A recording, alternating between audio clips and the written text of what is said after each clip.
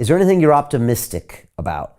And I'm wondering if one of those things is independent media, because people are listening to Seymour Hersh. People are listening to you. People are actually able to consume a lot of these alternate points of view. And 3 years ago, we famously got in a big fight here with YouTube as far as freedom of speech, and very hard to get messages out there. But these days, it's easier. And I'm wondering if that's something you're optimistic about, or anything else. I am optimistic that the current tragedy will end, but I don't know that the crisis we're in will be resolved quickly. I just don't know. I think the inevitable collapse of Ukraine will be helpful, because it will put all of these people in the position that LBJ and his friends were in 1968. In other words, you lied. This hasn't worked. So that will be helpful. But we've got to get control of our borders. We have to enforce the law. We have to have effective police forces, and we need effective armed forces. Maintaining these illusions, fiction, that, people's gender is fluid, or worse, that it doesn't matter, so that you have women all over the place on the ground in the Army and the Marine Corps where they absolutely should not be in the event of a war.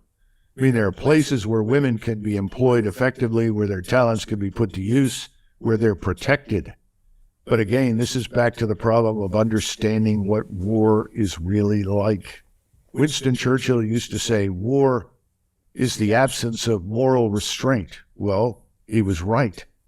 War is barbarism. And that's why you want it to end as soon as you can end it, because the longer it lasts, the worse the barbarism becomes. We've forgotten all of that. We see too much on television, this artificial world where Buffy and John and Jim go to war together and everything works out all right, maybe a couple of scratches and one person's killed and that's it. It's a lot of nonsense. War is barbarism and involves killing on the industrial scale. That's what you're seeing happen today. In Ukraine, the Russians have perfected this connection between overhead surveillance, intelligence surveillance, reconnaissance, and strike systems, artillery, rockets, missiles, mortars, everything. And within minutes, they can bring anything in front of them under effective attack, to the point where the attacking force will be destroyed long before it ever comes to close with the Russian forces defending on the ground. That's industrial scale warfare, involving huge quantities of munitions. We're not prepared for that. The Russians are, and they're making it work for them. So I think, for instance, right now in Ukraine, all the air defenses are gone for all intents and purposes. So casualties will simply go up, because the advances in precision munitions, everything from glide bombs and cruise missiles to conventional artillery that is now accurate and precise, put it all together, concentrate it, and you're killing thousands and thousands of people within a few hours. And that's why this war needs to stop. The Ukrainians can win it, and we have a moral obligation as Americans to intervene and put an end to this and find a way forward. The problem is, I don't think we have any credibility with the Russians any longer. I don't think any of the governments in Western Europe do. Now, if the governments in Western Europe change, then there's a possibility something could occur. If the German government and the French governments were to change, then potentially they could negotiate an end to this tragedy with Moscow. But I don't see any possibility that that could happen for us in Washington.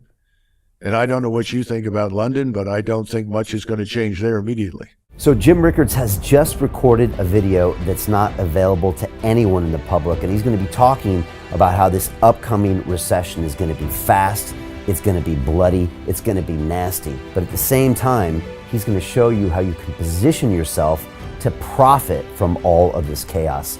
Now, we've made this video only available to our viewers. Go to londonreal.tv/Jim. Watch that immediately.